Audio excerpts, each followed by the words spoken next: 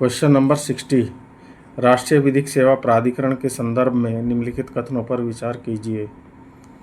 राष्ट्रीय विधिक सेवा प्राधिकरण, ठीक है, ये अच्छा, इसमें पहला दिया है, इसका उद्देश्य समान अवसरों के आधार पर समाज के कमज़ोर वर्गों को निःशुल्क और सक्षम विधिक सेवाएं उपलब्ध कराना है। बिल्कुल ठीक है, ठीक है, क्योंकि अनुच्छेद 39 का के अंतर्गत वर्ष 1976 में जो 42वां संविधान संशोधन जोड़ा गया था, उसमें अनुच्छेद 39 का के अंतर्गत गरीबों के लिए मुफ्त विधिक सहायता की बात कही गई है, ठीक है, यह प्रावधान किया गया है। दूसरा दिया है कथन इसने, यह देश भर में विधिक कार्यक्रमों और योजनाओं को लागू करने के लिए राज्य विधिक सेवा प्राधिकरणों को निर्देश जारी करता है। ये बात भी सही है, तो दोनों ही कथन आपके ठीक हैं। सी आंसर हो जाएगा, 1, 2 दोनों, ठीक है। IAS प्री एग्ज़ाम 2013 में क्वेश्चन पूछा गया है और इसमें दिया गया है, राज्य के नीति निर्देशक तत्वों के तहत अनुच्छेद 39 का के अनुसरण में राष्ट्रीय विधिक सेवा प्राधिकरण समाज के कमज़ोर वर्गों को निःशुल्क एवं सक्षम विधिक सेवाएं उपलब्ध कराता है। साथ ही यह देश भर में विधिक कार्यक्रमों और योजनाओं को लागू करने के लिए राज्य विधिक सेवा प्राधिकरणों को निर्देश एवं वित्तीय अनुदान प्रदान करता है, ठीक है। तो ये राष्ट्रीय स्तर पर राष्ट्रीय विधिक सेवा प्राधिकरण है जो समाज के कमज़ोर वर्गों को निःशुल्क विधिक सहायता प्रदान करता है, ठीक। नेक्स्ट क्वेश्चन है आपका 61, भारत में विधिक सेवा प्रदान करने वाले प्राधिकरण लीगल सर्विस अथॉरिटीज़ निम्नलिखित में से किस प्रकार के नागरिकों को निःशुल्क विधिक सहायता या सेवाएं प्रदान करते हैं। एक दिया है इसमें 1 लाख से कम वार्षिक आय वाले व्यक्ति को। दूसरा कथन दिया है इसने 2 लाख से कम वार्षिक आय वाले ट्रांसजेंडर को। और तीसरा दिया है 3 लाख रुपए से कम वार्षिक आय वाले अन्य पिछड़े वर्ग को। देखिए, इसमें पहला कथन ठीक है, 1 लाख रुपए से कम वार्षिक आय वाले व्यक्ति को, और दूसरा कथन भी ठीक है, जो ट्रांसजेंडर है उनके लिए जो वार्षिक आय है वो 2 लाख से कम, ठीक है। तो 1 और 2 दोनों ठीक हैं इसके। तो इसमें ए में दिया है, ये IAS प्री एग्ज़ाम 2020 में क्वेश्चन पूछा गया है। व्याख्या इसकी, संविधान में राज्य के नीति निर्देशक तत्वों के अंतर्गत अनुच्छेद 39A के अनुसरण में भारत में विधिक सेवा प्रदान करने वाले प्राधिकरण विधिक सेवा प्राधिकरण अधिनियम 1987 की धारा 12 के अंतर्गत, ये आपका अधिनियम का सन और धारा नहीं पूछी जाती है इसमें आप अनुच्छेद केवल याद रख लीजिए।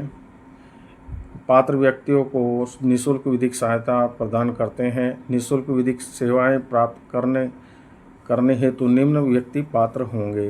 नंबर 1 महिला और बच्चे। नंबर 2 अनुसूचित जाति और जनजाति के सदस्य।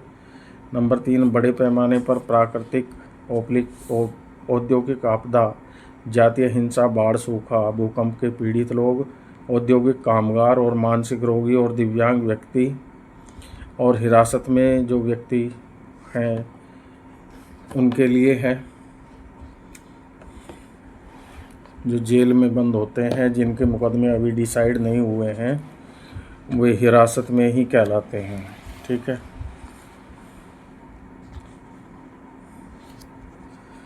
नंबर 7 वे व्यक्ति जिनकी वार्षिक आय केंद्र / राज्य सरकार द्वारा अधिसूचित आय सीमा से कम है। वो प्रावधान हमने ऑप्शन में पढ़ ही लिया है।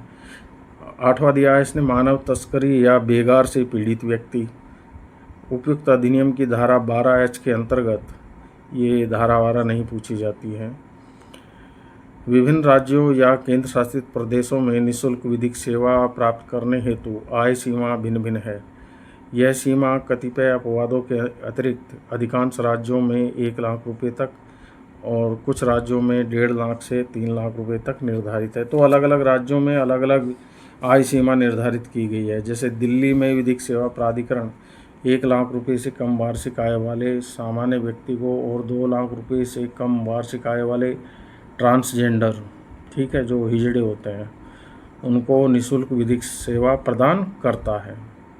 दिल्ली विधिक सेवा प्राधिकरण 2 लाख रुपए से कम वार्षिक आय वाले वरिष्ठ नागरिकों को भी निःशुल्क विधिक सेवा प्रदान करता है। ठीक है। नेक्स्ट क्वेश्चन है आपका 62। इनमें से कौन राज्य के नीति निर्देशक सिद्धांतों में सम्मिलित नहीं है? ठीक है। देखिए, मद्य निषेध भी है नीति निर्देशक सिद्धांतों में, और काम का अधिकार भी है, समान कार्य हेतु समान वेतन भी है, सूचना का अधिकार नहीं है। सूचना का अधिकार जो है ये एक विधिक अधिकार है। ये 2005 में अधिनियम बनाया गया था और इसको विधिक अधिकार बताया गया है। ठीक है। लेकिन सुप्रीम कोर्ट ने अनुच्छेद 19(1) की सब क्लोज ए में सूचना के अधिकार को मूल अधिकार की श्रेणी में माना है। ठीक है। ये है आपका क्वेश्चन नंबर 62। देखिए, मद्य निषेध इसमें अनुच्छेद 47 में आ जाएगा, और समान कार्य हेतु समान वेतन 39 का में समान कार्य के लिए समान वेतन आ जाएगा। और अनुच्छेद 41 में कुछ दशाओं में काम, शिक्षा और लोक सहायता पाने का अधिकार है, तो ये अनुच्छेद 41 में आ जाएगा। ठीक है। तो इसमें ये पूछ रहा है नीति निर्देशक सिद्धांतों में सम्मिलित नहीं है। ठीक है। तो सूचना का अधिकार ये आपका विधिक अधिकार भी है और ये मूल अधिकार भी है। सुप्रीम कोर्ट के अनुसार ये मूल अधिकार भी है और विधिक अधिकार भी है। ठीक है।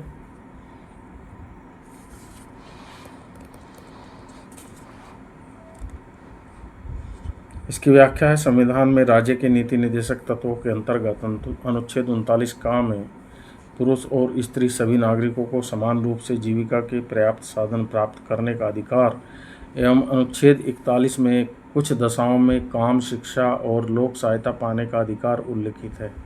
ठीक है। अनुच्छेद 39(घ) में पुरुषों और स्त्रियों दोनों का समान कार्य के लिए समान वेतन वर्णित है, जबकि अनुच्छेद 47 के अनुसार राज्य अपने लोगों के पोषाहार स्तर और जीवन स्तर को ऊंचा करने और लोक स्वास्थ्य के सुधार को अपने प्राथमिक कर्तव्यों में मानेगा, और राज्य विशेषतया मादक पेयों और स्वास्थ्य के लिए हानिकारक औषधियों और औषधीय प्रयोजनों से भिन्न उपभोग का प्रतिषेध करने का प्रयास करेगा। इसका कहना है कि जो मादक पेय हैं या मादक औषधियाँ हैं वो औषधीय प्रयोजनों से भिन्न प्रयोग नहीं की जाएंगी, उन पर रोक लगेगी। ठीक है। सूचना का अधिकार नीति निर्देशक सिद्धांतों में सम्मिलित नहीं है। सूचना का अधिकार अधिनियम 2005 के अंतर्गत ये एक विधिक अधिकार है, और सर्वोच्च न्यायालय ने अपने निर्णय में ये अनुच्छेद 19 की सब क्लोज 1 की सब क्लोज ए में इसे वाक और अभिव्यक्ति की स्वतंत्रता के मूल अधिकार में निहित माना है। ठीक है।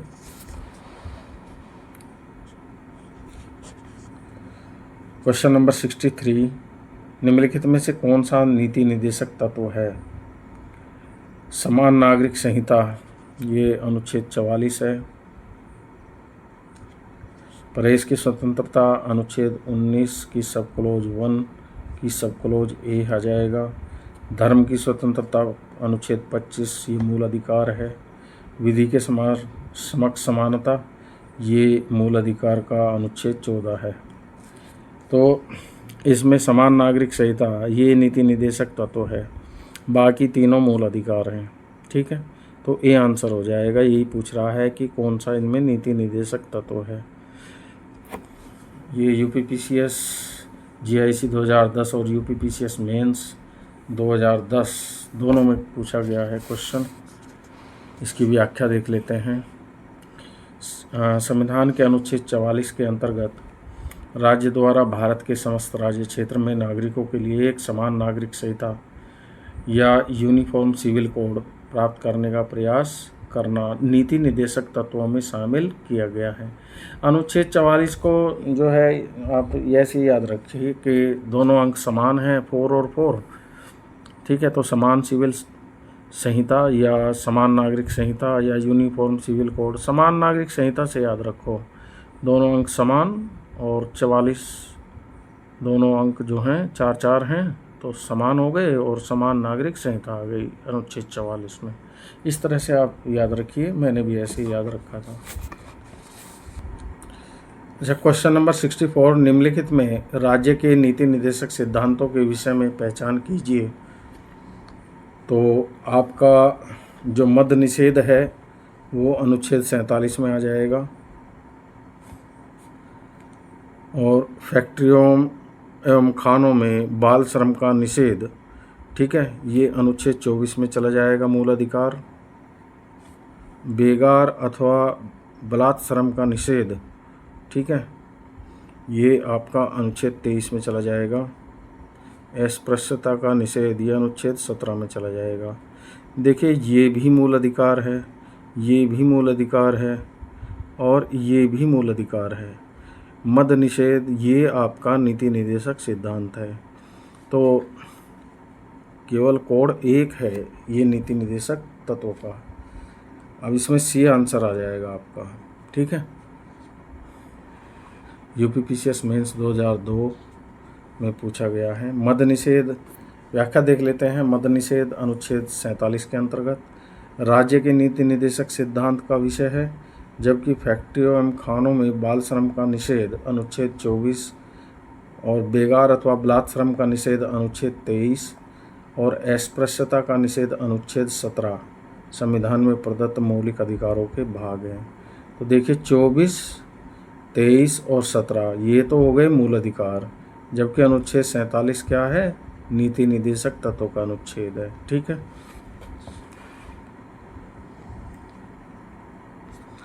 नेक्स्ट क्वेश्चन है आपका 65, निम्न में से कौन एक राज्य के नीति निर्देशक तत्वों में नहीं है? राज्य सुनिश्चित करने का प्रयास करेगा कि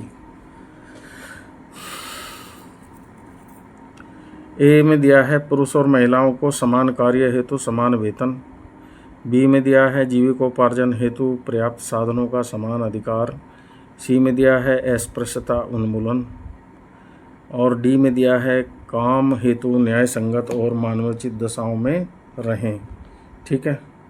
तो पुरुष और महिलाओं को समान कार्य के लिए समान वेतन किस में दिया गया है? अनुच्छेद 39 घ में। अच्छा, जीविकोपार्जन हेतु पर्याप्त साधन का समान अधिकार, ये क्या है? अनुच्छेद 39 का। अच्छा, अस्पृश्यता का उन्मूलन अनुच्छेद 17 ये मूल अधिकार का है, और काम हेतु न्याय संगत और मानवोचित दशाओं का जो अनुच्छेद है वो है नीति निर्देशक तत्वों का अनुच्छेद 42, ठीक है। अब ये पूछ रहा है निम्न में से कौन राज्य के नीति निर्देशक तत्वों में नहीं है, ठीक है। तो नीति निर्देशक तत्वों में केवल और केवल सी नहीं है, क्योंकि अस्पृश्यता उन्मूलन अनुच्छेद 17 मूल अधिकार है, ये नीति निर्देशक तत्व नहीं है। तो सी आंसर हो जाएगा आपका।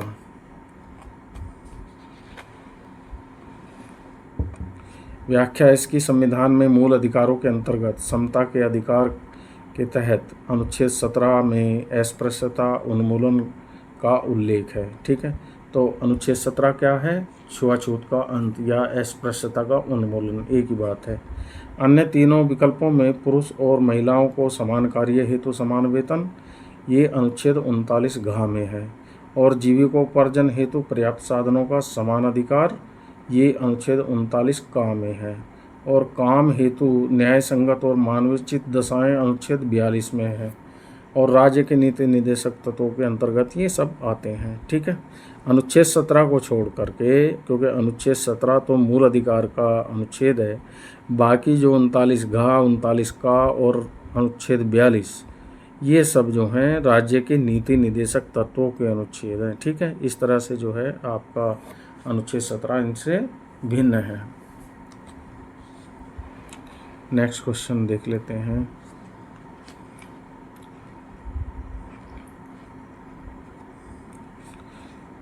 क्वेश्चन नंबर 66, राज्य की नीति निदेशक सिद्धांत एक ऐसा चेक है जो बैंक की सुविधा अनुसार अदा किया जाता है, किसने कहा था? ए दिया है BR अम्बेडकर ने, बी दिया है KM मुंशी ने, सी कहा है डॉक्टर राजेंद्र प्रसाद ने, डी दिया है KT शाह ने। तो ये KT शाह ने कहा था, ठीक है, तो इसका आंसर डी हो जाएगा, KT शाह। UPPCS 2007 में पूछा गया क्वेश्चन देते हैं, व्याख्या में भी यही दिया गया है, ठीक है। KT शाह ने संविधान सभा में बहस के दौरान कहा था कि राज्य की नीति निदेशक सिद्धांत एक ऐसा चेक है जो बैंक की सुविधा अनुसार अदा किया जाता है, या a cheque on a bank payable when able only if the resource of the bank permit, ठीक है।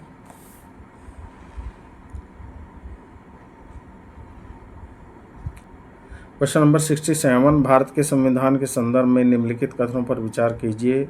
1 है मूल अधिकार, दूसरा है मूल कर्तव्य, तीसरा है राज्य की नीति निदेशक तत्व, भारत सरकार द्वारा आरंभ किए गए राष्ट्रीय सामाजिक सहायता कार्यक्रम में भारत के संविधान के उपयुक्त उपबंधों में से कौन सा से पूरे होते हैं, ठीक है।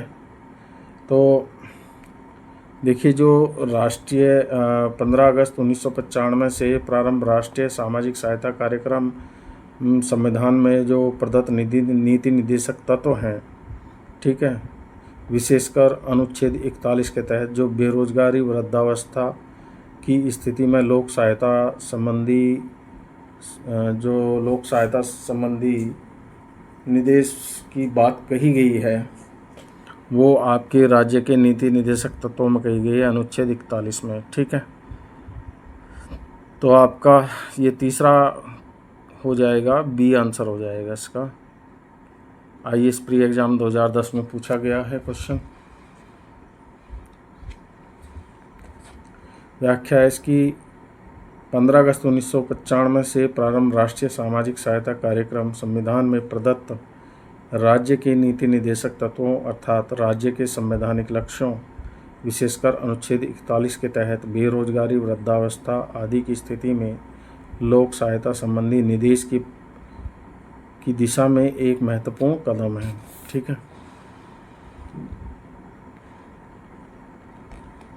क्वेश्चन नंबर 68, भारतीय संविधान के भाग 4 में दिए गए निर्देशित सिद्धांत में निम्न में से कौन सा से सूचीबद्ध है, ठीक है। तो नीति निदेशक सिद्धांत पूछ रहा है कौन कौन से हैं। समान कार्य के लिए समान वेतन, ये है, किसमें है, 39 घ। समान नागरिक संहिता अनुच्छेद 44, और छोटे परिवार का मानदंड, ठीक। छोटे परिवार का जो मानदंड है ये नीति निदेशक सिद्धांत में नहीं है, ठीक है। बाकी फर्स्ट और सेकंड दोनों के दोनों आपके नीति निदेशक सिद्धांतों में है, तो फर्स्ट और सेकंड आंसर हो जाएगा इसका। ये किस में दिया है, बी में दिया है, फर्स्ट और सेकंड, ठीक है। बिहार PCS 2016 में क्वेश्चन पूछा गया है, की व्याख्या में दिया गया है, भारतीय संविधान के भाग 4 में नीति निदेशक सिद्धांतों में अनुच्छेद 39 घ में समान कार्य के लिए समान वेतन, और अनुच्छेद 44 में नागरिकों के लिए समान नागरिक संहिता सूचीबद्ध है, जबकि अनुच्छेद 350 का प्राथमिक स्तर पर मातृभाषा शिक्षा देने का विशेष निर्देश देता है। हालांकि यह भाग 4 में उल्लिखित नहीं है, किंतु इसका प्रभाव भी नीति निदेशक तत्व जैसा ही है, और यह राज्य पर बाध्यकारी या वाद योग्य नहीं है, ठीक है। तो आज का वीडियो मैं यहीं समाप्त करता हूँ। आशा करता हूँ आप इससे पूर्णतः लाभान्वित होंगे, और वीडियो का लाभ लेने के लिए वीडियो को बार बार देखिए। मिलता हूँ नेक्स्ट वीडियो में। Thank you for watching video.